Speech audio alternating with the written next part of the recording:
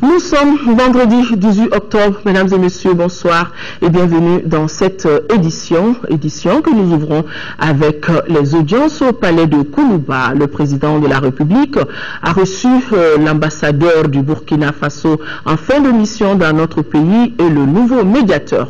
Au cours des entretiens, il a été surtout question de la reconnaissance des diplomates à l'endroit du peuple malien à travers les plus hautes autorités et de la reconnaissance des noms à l'endroit du président de la République pour la confiance portée en lui. Compte rendu Nando Dambélé. Une bonne fin vaut mieux qu'un bon début. C'est en ces termes que Mohamed Sané Topa, ambassadeur du Burkina Faso en fin de mission au Mali, a exprimé toute sa reconnaissance au peuple malien à travers le président de la République, Ibrahim Boubacar Keïta. Je saisis cette occasion fort opportune pour lui exprimer du fond de mon cœur ma reconnaissance infinie. À travers lui, j'ai exprimé à l'ensemble des présidents qui l'ont précédé depuis 2003 ma gratitude parce que pendant mon séjour ici au Mali, rien ne m'a manqué. J'ai bénéficié d'un soutien très fraternel dans l'accomplissement de ma mission. Et les Bambara, les Mossi aussi d'ailleurs, le disent, une bonne fin est préférable à un bon début. Mais pour ma part, je crois que même au début, c'était un bon début. Aujourd'hui, le Mali résolument regarde vers l'avenir avec grand espoir. La paix est en train de revenir. Mon souhait le plus grand est que cette paix se consolide, que ce peuple frère vive en harmonie et surtout retrouve son prestige d'antan. Après 10 ans au service de la fructueuse coopération entre le Mali et le Burkina Faso, M. Topa s'en va du Mali. Quant à Baba Akib Aïdara, deuxième personnalité reçue par le président Ibrahim Boubacar Keïta, il était venu exprimer toute sa reconnaissance au chef de l'État pour la confiance en lui portée, rappelant que ce dernier est le tout nouveau médiateur de la République. De Koulouba, Mohamed Sané Topan a été reçu par le Premier ministre, chef du gouvernement. Le diplomate burkinabé a redit le même sentiment de reconnaissance à l'endroit du peuple malien. Mohamed Sané Topan à sa sortie d'audience au micro de Garibou Pérou. Pour parler le plus clairement possible, j'ai eu un appui franc et total dans l'accomplissement de ma mission. Il est normal et juste et normal que je vienne exprimer au Premier ministre et à travers lui à l'ensemble de ses prédécesseurs depuis 2003 ma reconnaissance infinie pour l'appui dont j'ai bénéficié auprès du gouvernement du Mali. Bien sûr que je quitte le Mali de façon officielle, mais je reste au Mali de cœur et partout où je serai, je travaillerai à la promotion de l'image du Mali. Le Premier ministre a également reçu en audience les responsables de structures d'accompagnement du processus électoral dans notre pays. Il s'agit des représentants pays du National Democratic Institute, NDI, de la Fondation internationale sur les systèmes électoraux, ainsi que le secrétaire exécutif du Centre malien pour le dialogue interparti et la démocratie. Entre ces trois interlocuteurs et le chef du gouvernement, il a été question des actions de consolidation de la démocratie par les élections et l'émancipation politique de la femme dans notre pays. L'occasion pour les trois structures de dire au Premier ministre l'accompagnement qu'elles comptent apporter aux femmes candidates aux prochaines élections législatives, tout en plaidant en faveur des dispositions politiques fortes pouvant améliorer le niveau de représentativité des femmes dans les instances électives. Toujours à la primature, cérémonie de signature du contrat d'exécution de la première phase des travaux de construction de l'extension de l'université de Bamako d'un coût d'environ 35 milliards de francs CFA. Cette nouvelle infrastructure sera bâtie sur une aire de 42 000 mètres carrés et comprendra des bâtiments administratifs et pédagogiques. Les travaux seront exécutés par une entreprise chinoise. Je vous le disais d'ailleurs dans les titres. La cérémonie de signature était présidée par le Premier ministre et devant notre reporter Alocénie Touré. Voici le nouveau complexe universitaire qui va désormais changer la physionomie de l'université de Bamako. Situé à Kabala, le nouveau pôle universitaire est constitué de bâtiments équipés et comprend en plus du rectorat un centre multimédia, une école doctorale, un bloc de 3 amphithéâtres, la faculté des sciences humaines, la faculté de droit, l'école normale d'enseignement ainsi que leurs annexes. Fruit de la coopération sino-malienne, la dite infrastructure est exécutée par l'entreprise chinoise BCOG pour un coût total de 35 milliards de francs CFA. Nécessaires pour mener à bien cette mission noble qui lui a été confiée, tout en apportant la contribution qu'il faut au redressement économique du Mali et à l'amélioration du bien-être du peuple. La signature de ce contrat est une preuve supplémentaire de l'intensité de la coopération entre le Mali et la Chine, vieille d'une 50aine d'années. La réalisation de ces infrastructures va améliorer la qualité de l'enseignement, promouvoir la recherche scientifique et technologique et contribuer au développement du Mali et de la sous-région.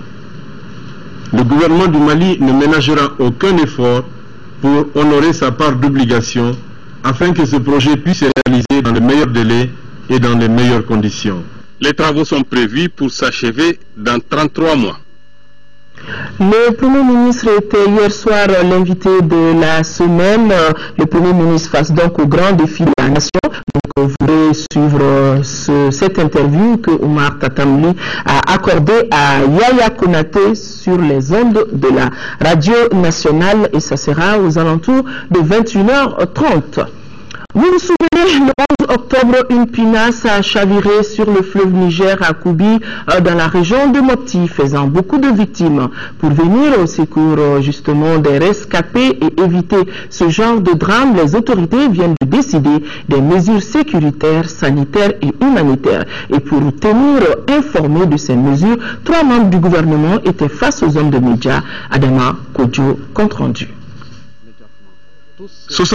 12 morts, 11 blessés et 210 rescapés.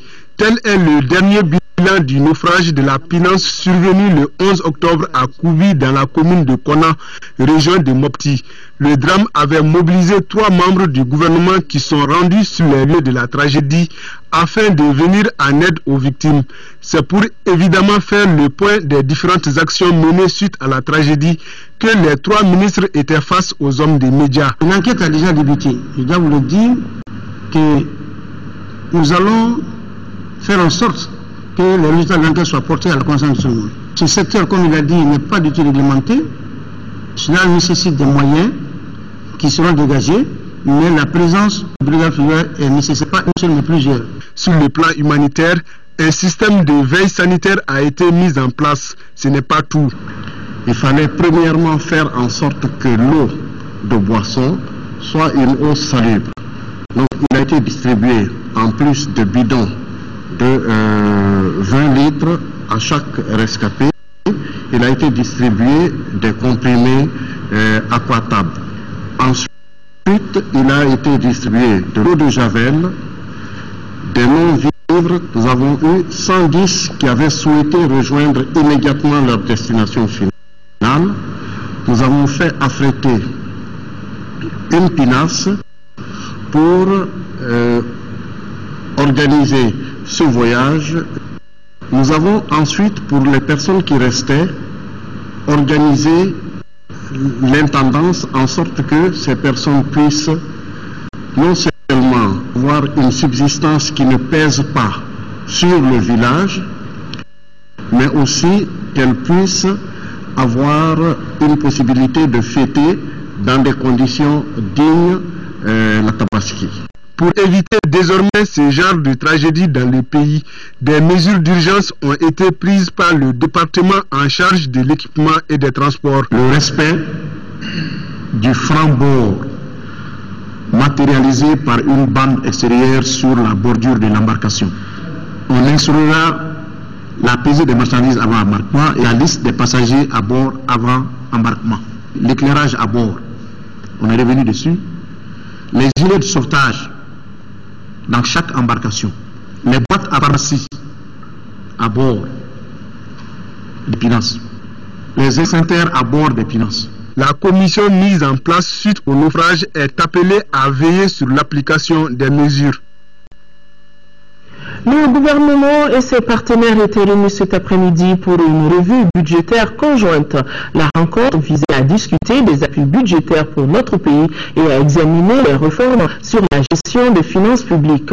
Au terme de la rencontre, les partenaires techniques et financiers ont annoncé des appuis budgétaires de plusieurs millions de dollars en faveur de notre pays. Bourama Traoré. À l'issue de cette revue conjointe, les partenaires techniques et financiers décident de poursuivre leur soutien budgétaire au Mali. Plus qu'un simple engagement, des appuis de plusieurs millions de dollars sont annoncés en 2013 et 2014. Je vais commencer par l'AFD.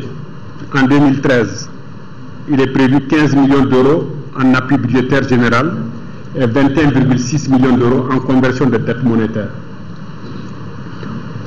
Toujours pour l'AFD, en 2014, c'est en discussion. Pour l'Union européenne, 2014, nous avons 47 millions d'euros en tranche fixe et 53 millions d'euros en tranche variable.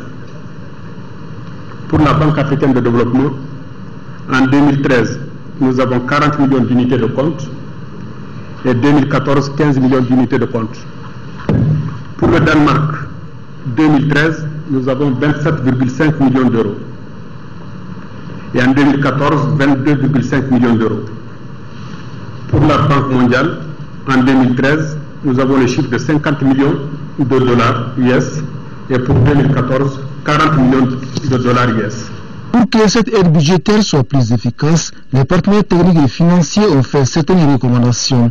Il s'agit en l'occurrence de la bonne gouvernance, de la lutte contre la corruption, ainsi que de la transparence dans les procédures de passation des marchés publics.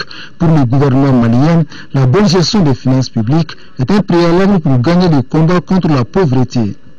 Notre souhait est que les efforts conjugués du gouvernement, des partenaires techniques et financiers et de l'ensemble des acteurs socio-économiques de la République nous permettent de parvenir à une réduction significative de la pauvreté en République du Mali. Nous sommes conscients qu'au-delà des agrégats macroéconomiques qui peuvent des fois avoir des profils intéressants ou satisfaisants, il est besoin de veiller à leur traduction en amélioration réelle des conditions de vie de nos populations. Nous sommes conscients que nous en sommes là aujourd'hui grâce aux efforts conjugués des uns et des autres et nous vous en savons gré. Et nous nous engageons à nouveau que nous ferons en sorte que nous soyons à hauteur de défi. Nos échanges ont été francs et constructifs sur les intentions du gouvernement de rendre opérationnelles les actions pour la mise en œuvre effective du plan d'action de lutte contre la corruption, la délinquance financière et la mauvaise gouvernance. On est bien d'accord. Il faut maintenant mettre en œuvre les actions prévues, une tâche difficile, mais inévitable dans laquelle nous sommes prêts de vous accompagner. Cette revue conjointe a permis au gouvernement et à ses partenaires d'approfondir leurs discussions sur les appuis budgétaires généraux au Mali et d'examiner les réformes sur la gestion des finances publiques. Au finish, mieux orienter les décisions conjointes. L'assiduité, la conscience professionnelle, la probité et le respect des usagers, ce sont là quelques vertus sur lesquelles le nouveau gouvernement est à cheval. Le ministre de l'Urbanisme et de la politique de la ville l'a partagé avec les agents des services relevant de son département. C'était ce matin au cours d'une visite inopinée dans les locaux de la Direction nationale de l'urbanisme et de l'habitat. Reportage Alpha Mega. Le travail dans les services au Mali commence à 7h30. cette visite du ministre de l'Urbanisme et de la Politique de la Ville vient au bon moment.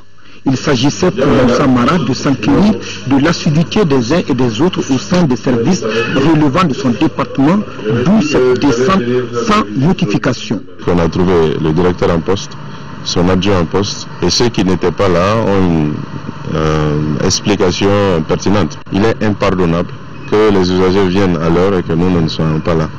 Donc il faut que tout le monde le comprenne et que tout le monde s'organise pour qu'enfin l'administration soit l'administration disponible, ouverte et prête au moment où il faut pour servir les usagers. Dans un service, on vient pour le travail et les bureaux ne doivent pas être transformés en un lieu pour prendre du thé.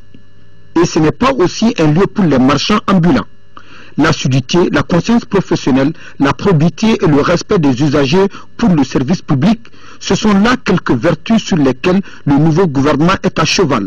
Occasion pour le ministre Mara de souligner qu'il faut sanctionner les agents fautifs, mais aussi récompenser les méritants.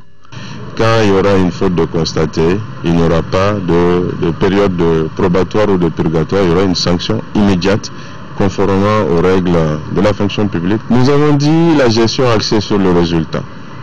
Les résultats seront fixés aux administrations. Les administrations qui atteindront ces résultats seront évidemment mises à l'honneur et seront gratifiées comme les textes le prévoient. Les agents aussi, qui seront les plus efficaces, seront gratifiés. Le ministre a ensuite eu une séance de travail avec les agents de la Direction nationale de l'urbanisme et de l'habitat.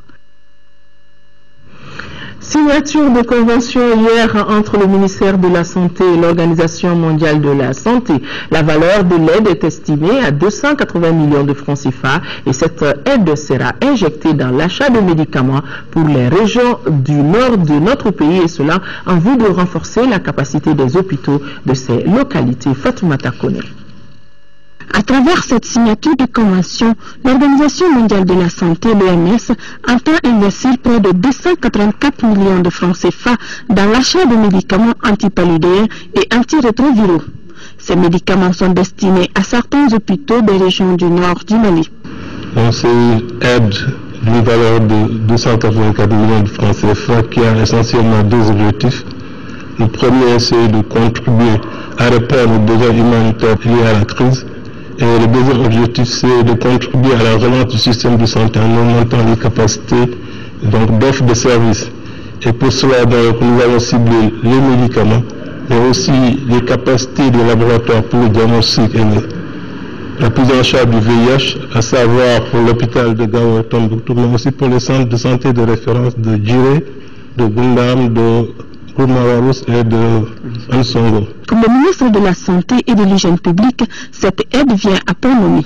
Notre département suit compter constamment sur le concours de l'Organisation mondiale de la santé, aussi bien en matière d'appui financier, en matière de conseil, dont nous ne manquons point de votre part. Au nom de tous nos collaborateurs encore, je voudrais ici réitérer notre reconnaissance pour cette bonne collaboration. Cette signature de convention montre une fois de plus que les relations de coopération qui existent entre notre pays et ses partenaires sont au beau fixe. Je vous le disais dans le titre, lancement aujourd'hui de la journée mondiale de lavage des mains au savon. C'était ce matin à Baguineda en présence des autorités administratives et les partenaires du Mali. Pour cette édition, le slogan est « Les mains propres sauvent des vies ». Fatoumata Kone était présente. Pour apprendre à quelqu'un les bonnes manières comme le lavage des mains au savon, il faut l'appliquer soi-même. Voilà pourquoi le secrétaire général du ministère de la Santé et de l'Hygiène publique a donné le ton pour cette journée mondiale du lavage des mains au savon, suivi de la représentante de l'UNICEF ainsi que le chef de village de Baguineda. Une façon particulière de sensibiliser les mères et les scolaires à pratiquer le lavage des mains au savon avec comme slogan cette année « Les mains propres sauvent des vies ». Le lavage des mains au savon, c'est une mesure de grand impact qui ne coûte pas cher. Le traitement et la bonne conservation de l'eau et l'accès à des installations sanitaires sauvent des milliers et des milliers de vies. Occasion pour les organisateurs de présenter un sketch sur le lavage des mains au savon, les conséquences liées à l'inobservation des pratiques d'hygiène. Une pratique qui n'est pas encore respectée au Mali et les statistiques sont claires là-dessus. Des études ont montré que moins de 12% des mères et gardiennes d'enfants se sont lavés les deux mains avec de l'eau et du savon au sortir des toilettes. 75% des élèves qui se lavent les mains au sortir des toilettes n'utilisent pas le savon. 34% des clients des restaurants ne se lavent pas les mains avant de manger. Ces résultats montrent une insuffisance dans l'observance du lavage des mains au savon au moment critique. La journée mondiale du lavage des mains, une activité qui a donc démarré aujourd'hui et qui continue pendant toute une semaine. Qu'à cela ne tienne, le lavage des mains doit être appliqué à chaque fois que nos mains sont souillées, car les mains propres sauvent des vies. En 4e région, campagne agricole prometteuse en zone office du Niger. Le constat a été fait par les deux ministres en charge du secteur rural, Dr Bokari Tereta et Nango Dambeli. Les deux ministres ont sillonné jeudi dernier les zones de production de Massina et de Kolongo. Pour cette campagne, l'office du Niger mise sur une production de plus de 600 000 tonnes de riz. Kambesila depuis Ségou. Les ministres en charge du secteur ont visité des ouvrages et plusieurs sites, dont le projet d'aménagement de 100 000 hectares au compte de Malibia. De nos jours, les travaux sont arrêtés, mais les acquis demeurent, dont la réalisation d'un canal et d'une route goudronnée sur une longueur de 40 km. Un autre centre d'intérêt de la visite demeure les parcelles de riz de saison hivernale. Actuellement, le riz est à maturité. Et ce sont les travaux de récolte qui sont à court. Pour cette saison, l'Office du Niger entend produire plus de 671 000 tonnes, chiffre qui représente environ 40 à 50% des besoins de consommation du Mali. Nous avons tous conscience que pour que l'Office du Niger soit une entreprise où l'exploitation va être intégrée, il faut donner un coup d'accélérateur aux productions pastorales. Il faut que l'élevage ait de l'espace. Il faut qu'il y ait de production piscicole. Et c'est heureux de dire que nous avons la capacité d'ensemencer tous les canaux d'irrigation de l'Office du Niger. Et je suis convaincu, ce faisant, nous allons booster la production donc, du poisson, nous allons créer de l'espace pour l'exploitation pastorale, nous allons créer des infrastructures de transformation et nous rêvons aussi créer vraiment donc, des infrastructures de transport pour vraiment donc mieux connecter l'Office du Niger au marché sous-régional. La délégation a enfin visité les zones de pâturage de Missibougou, le complexe agro-industriel du moulin moderne du Mali et Nsoukala. Auparavant, la délégation avait échangé avec les autorités régionales et les structures en charge du développement. L'objectif de la rencontre était d'expliquer la vision du département pour faire de la région le poumon économique du Mali. Les acteurs du développement se sont rencontrés aujourd'hui à la maison du partenariat ici à Bamako. L'objectif de cette réunion est de présenter les résultats du 3e appel à proposition et donner des informations sur le 4e appel dont le lancement est prévu très prochainement. Compte rendu, Lamine Keita. C'est dans le cadre du développement local et de la réalisation des projets des migrants que le Centre d'information chargé de la gestion de la migration SIGEM, soutenu par l'Union européenne, a tenu cette réunion. Cette journée d'échange entre les acteurs du développement local et la cellule technique du co-développement vise à informer les postulants potentiels sur le contenu et les exigences de l'appel à proposition numéro 4, mais aussi à présenter les résultats du 3e appel. Il s'agit d'initier des projets de développement. Notamment, ces projets concernent différents secteurs. Il y a le secteur de l'éducation, de la santé, de l'hydraulique villageoise et des pistes rurales. Bien sûr, il y a d'autres projets individuels aussi qui peuvent être concernés par cette politique de co-développement. L'apport inestimable de la diaspora malienne dans le développement local est multiforme et multisectoriel. C'est pourquoi il est nécessaire et important de la soutenir à travers des projets de développement local. Le co-développement, c'est un programme de coopération qui au départ, depuis 2002 avec la France et octobre 2009 avec l'Union européenne, c'est donc un programme de coopération qui met en valeur l'apport technique et financier de la diaspora malienne aux fins de développement économique des territoires du Mali.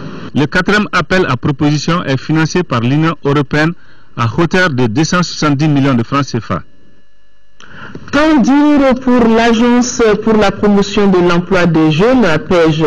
La structure est aujourd'hui à seulement 4% du taux de remboursement de 2200 projets financés entre 2005 et 2010. Et face à cette situation, les responsables de la structure menacent de sévir si les créanciers ne se mettaient pas à jour dans un délai raisonnable. Ce qui explique aujourd'hui la visite de la directrice de l'APEJ dans certaines entreprises. Notre reporter Mohamed Jara était de la visite aussi. L'Agence pour la promotion de l'emploi des jeunes, APEJ, a du plomb dans l'aile. La structure traverse une période des plus difficiles à cause du non-remboursement des prêts octroyés à des promoteurs de projets entre 2005 et 2010. Aujourd'hui, elle est à seulement 4% du taux de remboursement sur plusieurs milliards investis dans 2200 projets sur toute l'étendue du territoire national. Une situation qui ne peut pas continuer. Toute l'année 2013, on n'a pas fait de financement de projet parce que tout simplement les créances qui sont mises à la disposition de différents promoteurs ne sont pas remboursées à hauteur de souhait. C'est pourquoi la directrice générale de l'APEJ s'est rendue dans certaines entreprises pour échanger avec les promoteurs sur les difficultés qu'ils rencontrent dans le remboursement des prêts. Sur les 6 entreprises visitées, seul l'Institut de formation au métier de l'esthétique et la menuiserie aluminium de Bouakar Aïdara sont en règle. Au début, on n'avait que 5 employés. Aujourd'hui, nous avons 10 employés. Le conseil que je donnerai aux gens, c'est vraiment quand on prend un prêt, de travailler, de pouvoir honorer ce prêt-là. Ces bons élèves ont été félicités et encouragés. Par contre, que l'État rentre en possession de ces fonds, et si l'APEJ n'arrive pas à faire le recouvrement, des voies plus autorisées que la mienne pourront indiquer donc les stratégies et les voies et moyens à suivre pour que l'APEJ puisse entrer en possession de ses droits. Le message semble bien compris par les retardataires qui tentent tout de même de se justifier. En 2 ans, de la création de l'école, j'ai eu des problèmes. Le prêt de l'APEJ, c'est que ça est là, c'est remboursé obligatoirement. Pendant ce temps que je n'ai pas pu remplir en totalité, donc ça m'a touché. On a eu quelques problèmes parce que c'était avec la saison chaude, avec la glace, le problème de la glace, le problème de la farine. Mais Dieu merci aujourd'hui, alhamdoulilah. Notre pays a été honoré au Canada à travers les actions de la Chambre de commerce et d'industrie du Mali. C'était à la faveur du Forum Africa 2013, 6e édition, et de la journée économique du Mali au Canada à Montréal, plus précisément. Une forte délégation d'opérateurs économiques maliens dirigée par le président du collège transitoire, Mamadou Konaté, a pris part à ces différentes manifestations. Nous l'écoutons au micro de Fademba Keita. Aujourd'hui, le pays a retrouvé sa situation normale. Nous avons un gouvernement qui est à la fois légal et légitime. Et au plan sécuritaire, aujourd'hui, le pays est à notre avis sécurisé.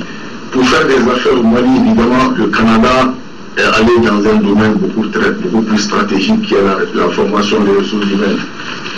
Vous ne pouvez pas espérer venir créer des entreprises au Mali sans trouver les ressources humaines nécessaires à votre développement. Et aujourd'hui, le gouvernement canadien, à travers ses actions de coopération, renforce beaucoup le développement des ressources humaines. Ce que nous attendons de développer dans le domaine des mines avec vous au Mali, c'est de créer beaucoup de sociétés de joint venture en association pour des services d'appui à l'industrie minière. Il y a beaucoup de sociétés de sous-traitance des industries minières qui sont à développer dans notre pays. Nous entendons vraiment trouver des opportunités ici pour venir en soutien à l'industrie minière dans ce domaine. Il y a aussi un domaine très important au Mali qui est l'énergie. Il nous faut développer des partenaires publics-privés dans la mise en place d'infrastructures de production énergétique pour ainsi abaisser le coût de production énergétique des industries. En Ensemble, chrétiens et musulmans doivent se donner la main pour combattre les maux dont souffre la sous-région ouest-africaine. Voilà en substance ce qu'a déclaré l'ambassadeur du Nigeria dans notre pays à l'occasion de la fête de Tabaski. Cette solidarité est indispensable car le Mali et le Nigeria sont sous la menace des terroristes qui est loin d'être un problème de religion. Alpha Melga. La République fédérale du Nigeria et le Mali tissent de très bonnes relations. Et pour cette fête de Tabaski, les autorités nigérianes, à travers l'ambassade, ont voulu ainsi partager l'événement avec la communauté musulmane du Nigeria au Mali. Quelques réformes entreprises dans le pays ont été soulignées par l'ambassadeur du Nigeria au Mali. Les Nigérians décident de la façon dont ils veulent vivre ensemble. Et donc se mettre d'accord sur comment vivre. L'objectif est de trouver une solution finale. Il faut souligner que le soutien du Nigeria à l'endroit du Mali n'a jamais fait défaut. En témoigne l'aide du géant de l'Afrique lors de la crise politico-sécuritaire que le pays a connue récemment. Fin de la formation d'une trentaine d'officiers et sous-officiers sur les techniques de renseignement de niveau tactique. L'atelier qui a été organisé par la mission européenne de formation vise à renforcer les capacités de nos forces armées et de sécurité, nous dit Sokona Kamisoko. La mission européenne de formation EUTM a initié cette session de formation à l'intention d'une trentaine d'officiers et de sous-officiers.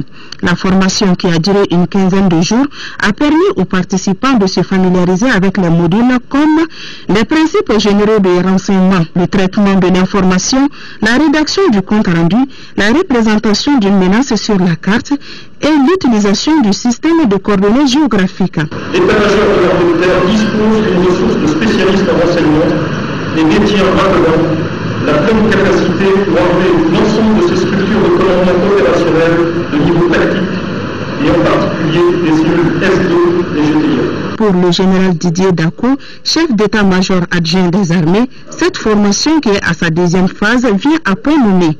Il a aussi demandé aux stagiaires d'être à la hauteur des attentes. C'est par vos actions, par vos actes de tous les jours que vous deviendrez réellement des bons opérateurs de transformation des oeuvres. Et c'est à vous que cette tâche est dévolue. Nous, les stagiaires, nous vous garantissons que dès notre retour dans nos services respectifs, nous mettrons tout à l'heure pour être à la hauteur des attentes de nos autorités. Dans son effort de reconstruction, l'armée de terre se positionne désormais comme un acteur majeur du renseignement opérationnel. La Fédération malienne des associations pour les handicapés a initié une journée porte ouverte. La visite était essentiellement consacrée aux institutions d'éducation spécialisées. Boubacar Sissoko, compte rendu. Ce mois de la solidarité est saisi par la Fédération malienne des associations de personnes handicapées pour s'imprégner des difficultés auxquelles les institutions d'éducation spécialisées sont confrontées.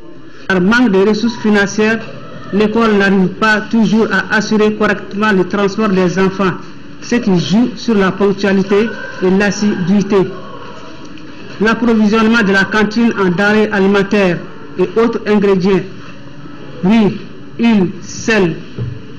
Malheureusement aujourd'hui, à cause de ces difficultés, la cantine n'est pas fonctionnelle. Or, c'est elle qui permet aux élèves de travailler les après-midi. Ces problèmes varient d'un lieu à un autre.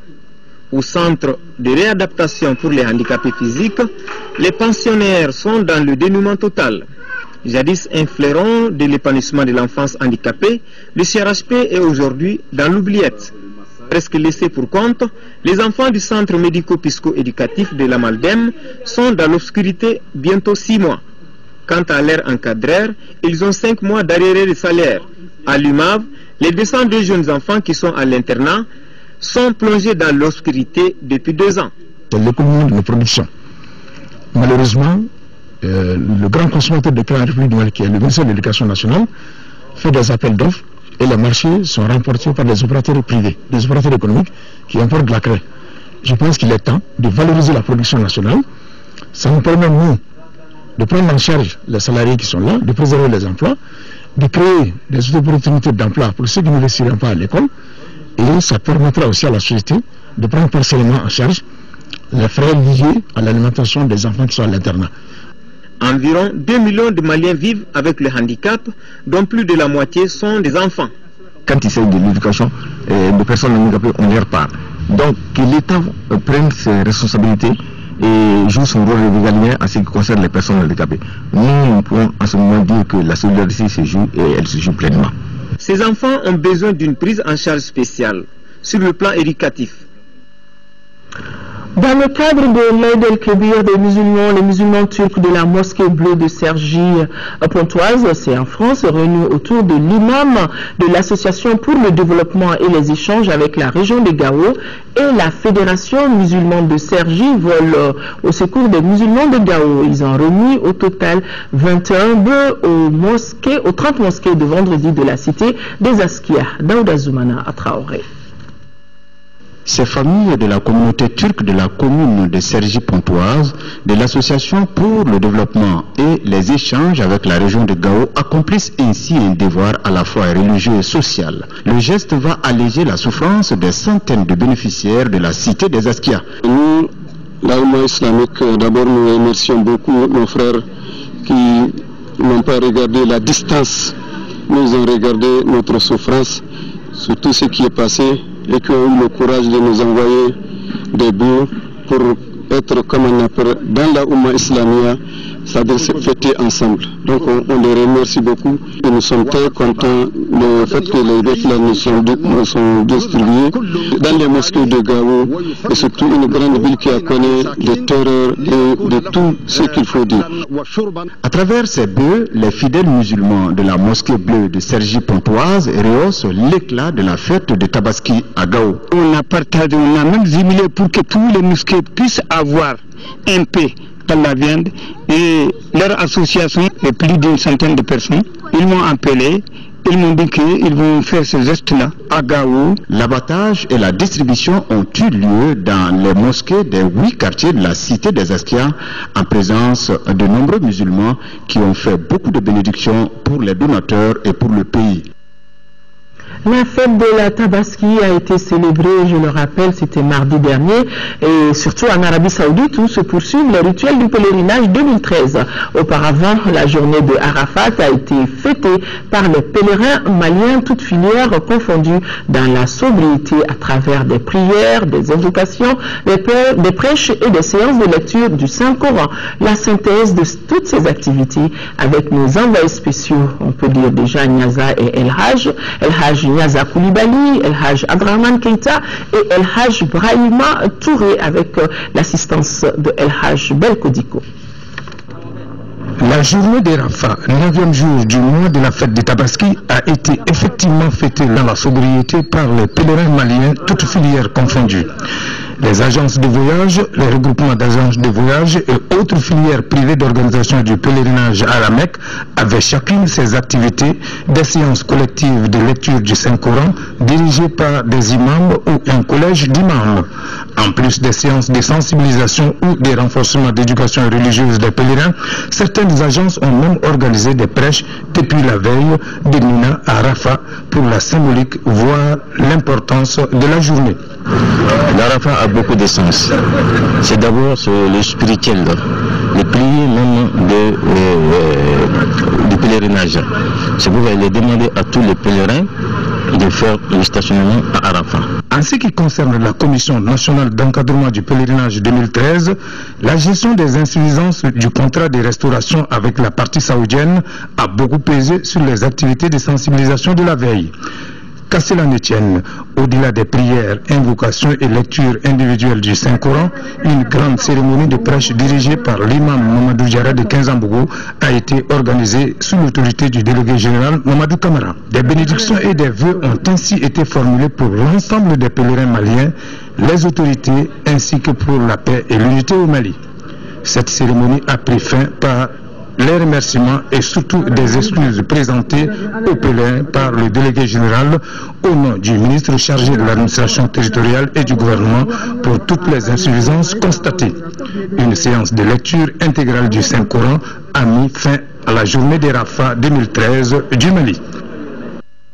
Et cette nouvelle, le ministre délégué auprès du ministre de l'administration territoriale chargé des affaires religieuses et du culte a le regret de porter à la connaissance des parents et connaissance que M. Zoumana Doucouré, âgé de 68 ans, cultivateur domicilié à Bagadadji, Toubakoro, cercle de Banamba, région de Koulikoro, pèlerin de la filière gouvernementale, est décédé à la Mecque le dimanche 13 octobre. Au nom du gouvernement, le ministre présente à la famille du défunt et à la communauté musulmane les condoléances les plus attristées. Qu'Allah subhanahu wa ta'ala l'accueille dans son paradis. La commune urbaine de Gao, qui compte plus de 80 000 habitants, a bénéficié des avantages de la décentralisation. L'éducation et la santé restent les deux domaines de prédilection dont les réalisations sont palpables. Des écoles fondamentales et secondaires ainsi que des centres de santé communautaires ont vu le jour dans la cité des Askia. À ces infrastructures s'ajoutent des recrutements d'enseignants et d'agents de santé pour servir et lutter contre le recrutement d'enseignants et d'agents de santé. Mais la grande faiblesse reste et demeure le taux de scolarisation de la situation. Cet état de fait a intéressé notre équipe de reportage basée à Gao. La ville de Gao, à l'instar des autres collectivités, a opté pour la décentralisation comme alternative à son développement économique, social et culturel. Ce système a permis aux collectivités de s'impliquer dans les divers domaines de développement. Comme acquis, les acteurs apprécient les secteurs de la santé et de l'éducation. On nous a déjà affecté l'éducation, que nous arrivons à maîtriser aujourd'hui.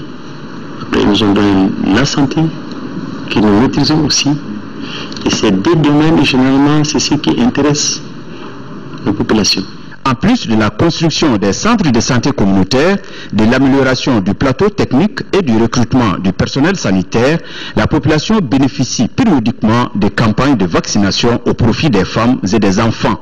Beaucoup de CESCOM aussi existent aujourd'hui grâce aux collectivités. L'éducation a également tiré profit de la décentralisation sur plusieurs plans.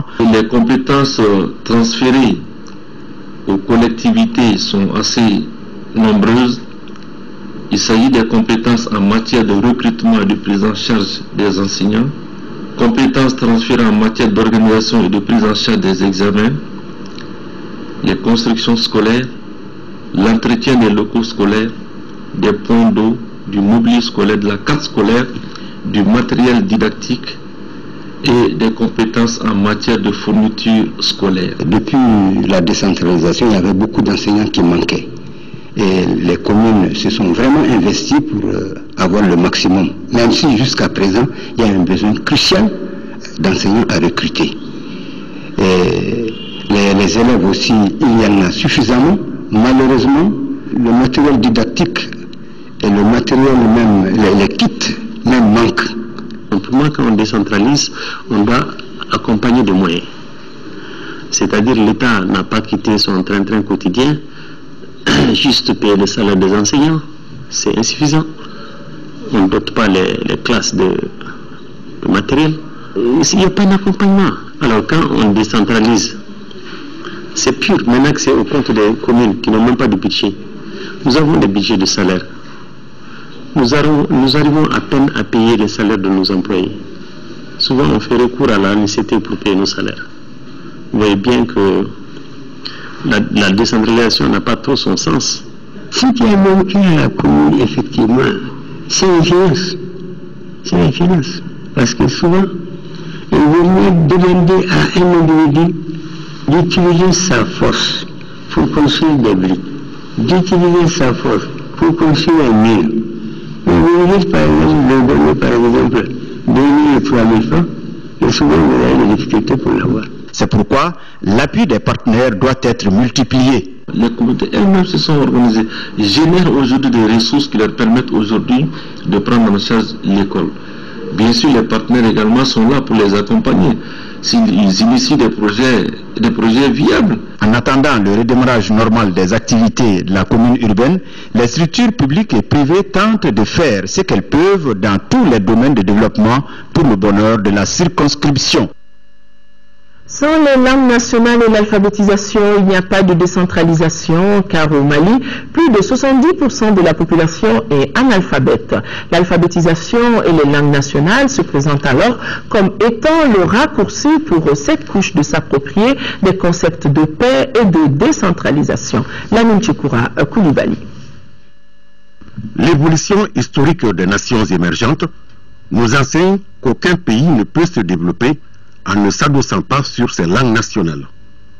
Le Mali, qui a opté pour la décentralisation pour assurer son développement, ne peut pas ignorer cette réalité. Sans les langues nationales, pas de décentralisation et ni de démocratie aussi. Pour que notre peuple adhère à un concept politique comme la décentralisation et la démocratie, il faut qu'elle comprenne. Or, vous savez que l'essentiel de ce que nous disons se fait en français. Les documents au service des masses rurales, au service au plan local, il faut les rédiger en langue nationale, la langue du milieu. Il y a des cas véridiques de l'alphabétisme. Un paysan qui ne sait ni lire ni écrire, qui ne sait même pas lire son nom, mais facilement, il vient payer ses impôts et taxes. Qu'on dirait, n'est-ce pas, un reçu, et bien les cas de véridique, non, ce n'est pas le bon reçu. Ce n'est pas le bon reçu, il faut encore payer. Et on a vu beaucoup de cas comme ça. Si aujourd'hui on continue dans les collectivités décentralisées à avoir comme langue de travail la langue officielle du Mali, qui est la langue française, qui n'est pas comprise par 85 à 90% de la population, maîtrisée par elle, eh bien, on voit bien que l'alphabétisation joue un rôle fondamental en termes d'appréhension de l'écriture, de la lecture et de la communication. L'alphabétisation et les langues nationales sont indiscutablement la clé de voûte de la décentralisation et du développement tout court. Elles permettent l'édification d'une société civile forte et responsable qui implique tous les citoyens à la gestion de la cité pour renforcer les institutions démocratiques. En cela, il y a une forte corrélation entre langue nationale et ancrage de la décentralisation. Décentralisation, c'est permettre aux acteurs à la base d'être partie prenante du processus global de décision et de mise en œuvre. Donc d'être les véritables décideurs de leur destin à la base. Si vous voulez que le peuple et ses gouvernants aillent ensemble, il faut qu'ils parlent la même langue. Et nous, on n'a pas peur de dire que quelqu'un qui vient et qui parle tamashek dans une assemblée, on cherche les traducteurs pour nous rendre ce qu'il dit. On le respecte et on respecte ceux qui l'écoutent. Quelqu'un qui vient qui parle en dogo, on met l'interprète et on dit. Vous avez vu que dans notre pays, et les gens quittent leur terrain pour venir à Monaco, en l'espace de 2-3 mois, ils parlent là. Et on n'a pas de problème de traduction de la langue. Ce qui est important, c'est la volonté politique. L'alphabétisation fait malgré tout figure de parents pauvres, une priorité mineure qui contraste avec le rôle et la place qui lui reviennent pour l'ancrage de la décentralisation. La seule volonté politique, maintes fois exprimée, ne suffit pas. Quand on a 70% d'analphabètes dans notre société, comment est-ce qu'on peut prétendre développer cette société? Le rôle de l'alphabétisation, il faudrait que les autorités le comprennent. L'État, avec ses partenaires techniques et financiers qui sont là, qui supportent aussi les activités qu'on entreprend, les bailleurs de fonds. Donc, en principe, les recommandations, c'est surtout vers eux. Ensuite, au niveau des collectivités territoriales, il faudrait que ces responsables au niveau local là, et puis au niveau régional prennent toutes leurs responsabilités. L'alphabétisation et les langues nationales vont cesser d'être les parents pauvres. Parce que c'est un axe important de la politique de l'éducation. Au moment où je vous parle, nous avons l'intention de mettre l'accent sur l'alphabétisation et les langues nationales. Parce que l'importance des langues nationales, on ne peut pas faire le développement d'un pays en laissant beaucoup de gens analphabètes. Pour faire le développement d'un pays, il faut aller ensemble. Donc ce sera avec l'alphabétisation. Donc pour vous dire, vous mettre à l'aise et vous dire que désormais, nous avons décidé de prendre le problème à bras le corps. Il fut cependant un moment où l'engouement et l'intérêt pour l'alphabétisation ne se démentaient pas dans notre pays, en particulier dans les zones anciennement encadrées par la CMDT, l'OHBN et l'OACV. Nouvelle sportive en demi-finale retour de la Coupe de la Confédération. Le stade malien de Bamako jouera demain contre le tout-puissant Mazembe de la RD Congo. À suivre cette rencontre sur le RTM demain à partir de 13h20. Et déjà, ne quittez pas vos positions d'écoute. Vous pourrez suivre tout à l'heure, tout de suite donc après ce journal, la retransmission en direct du Centre international de conférence de Bamako, du Téléthon dénommé Grand Cœur pour la paix au Mali, un téléthon organisé par le ministère de la Culture et la Fédération des artistes du Mali, une cérémonie placée sous le haut patronage du Premier ministre, chef du gouvernement Oumar Tatam Li. Voilà, mesdames et messieurs, c'est donc tout pour ce journal. Merci de l'avoir suivi.